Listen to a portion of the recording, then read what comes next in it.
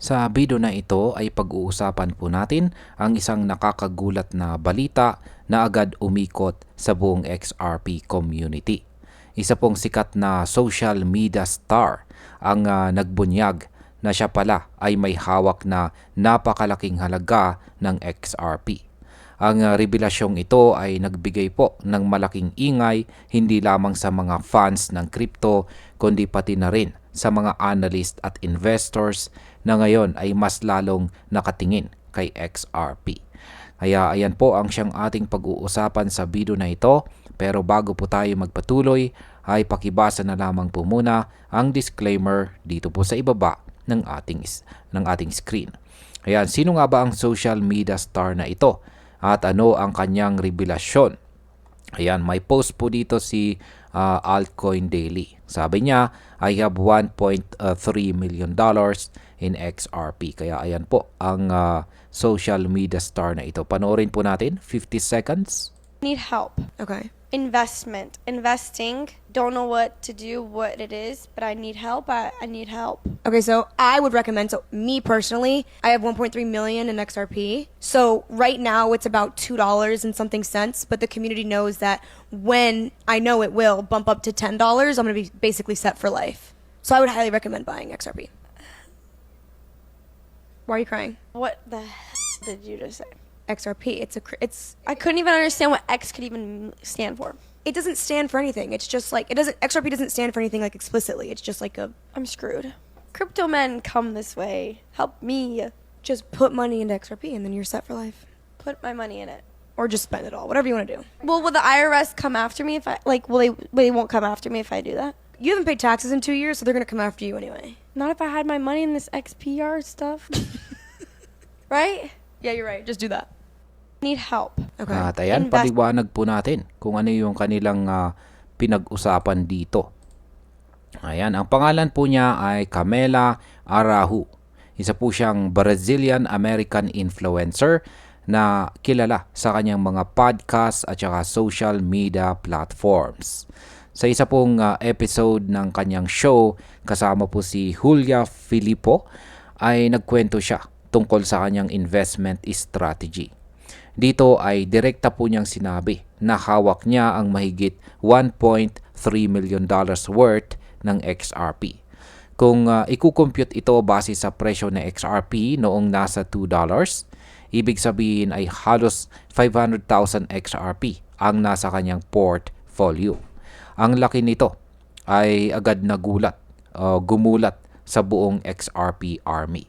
Kaya ang market impact po dito ay kapag ang isang kilalang personalidad ay naglalabas ng ganitong klaseng impormasyon, nagkakaroon ng dagdag na hype sa market.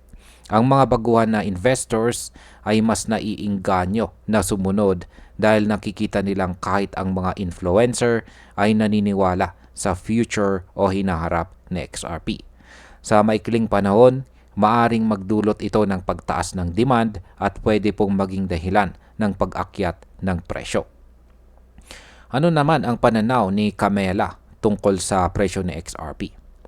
Yan, si Camela ay nagsabi na siya ay optimistic sa kinabukasan ni XRP.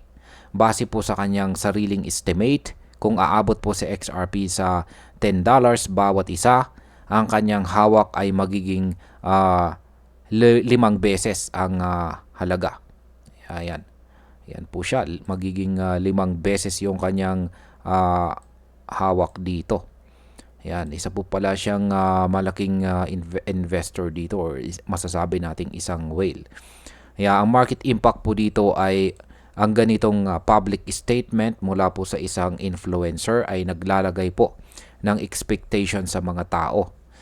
At kahit hindi pa sigurado kung kailan mararating ang $10, ang mismong pagbanggit ng ganitong target ay nakakadagdag ng excitement.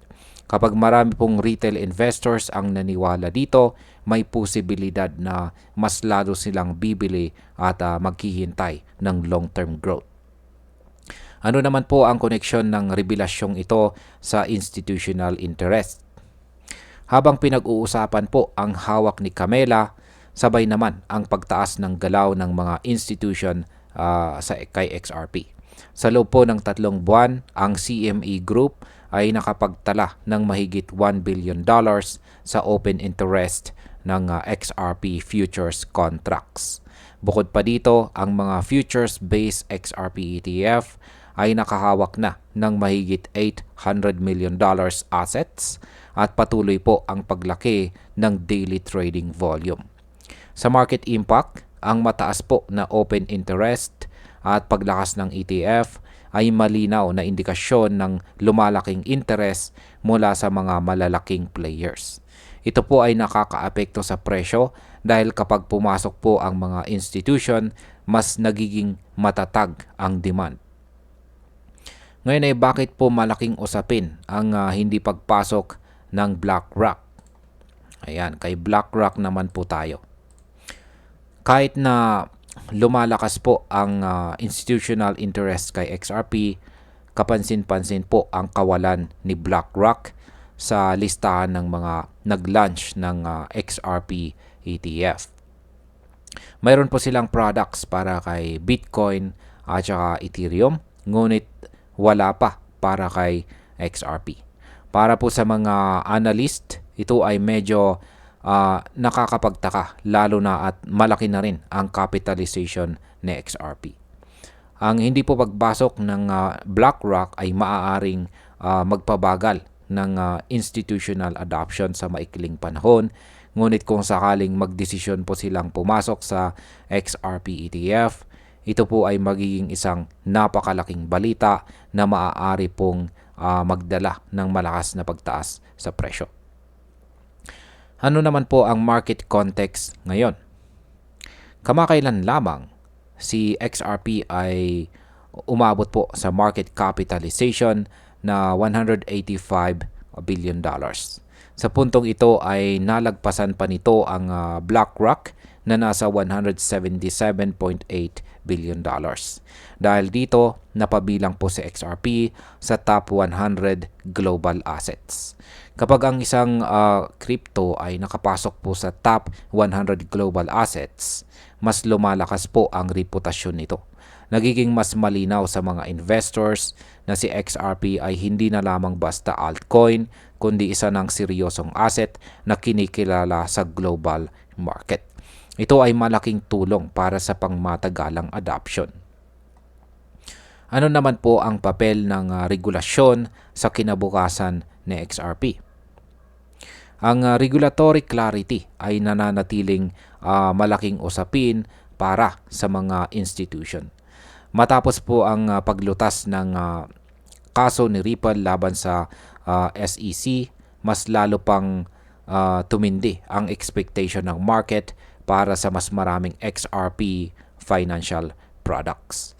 Ngunit kahit may kasiguraduhan na, ang pagdadalawang isip ng ilang malalaking asset managers ay nagpapakita po na may gap pa rin sa pagitan ng retail enthusiasm at saka institutional participation. Kaya sa market impact, kung mas gaganda pa ang regulasyon, mas mabilis po ang pagpasok ng institutional money at mas lalaki ang tsansa ng pag-akyat ng presyo. Subalit kung patuloy po na magtagal ang mga malalaking kumpanya bago kumilos, maiiwan muna ang big moves sa kamay ng mga retail investors. Ano naman po ang mas malalim na kahulugan ng pagbunyag ni Camela Arrojo? Yan, ang ginawa po ni Camela ay hindi lamang simpleng pagyayabang ng kanyang hawak.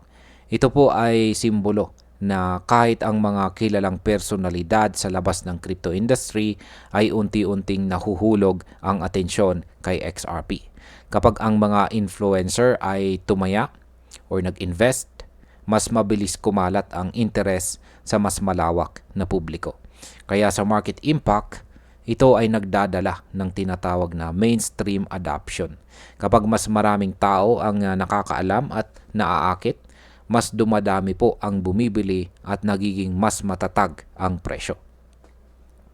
Bilang panghuli, ang revelasyon po ni Camela Araujo ay malinaw na sinyales na si XRP ay patuloy na lumalawak ang impluwensya sa parehong retail at saka institutional world.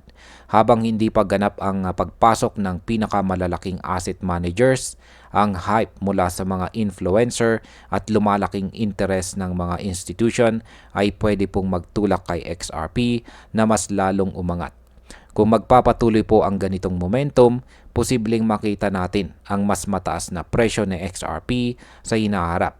Ngunit tulad ng lahat ng investments, mahalagang maging maingat at handa po tayo sa mabilis na galaw ng market.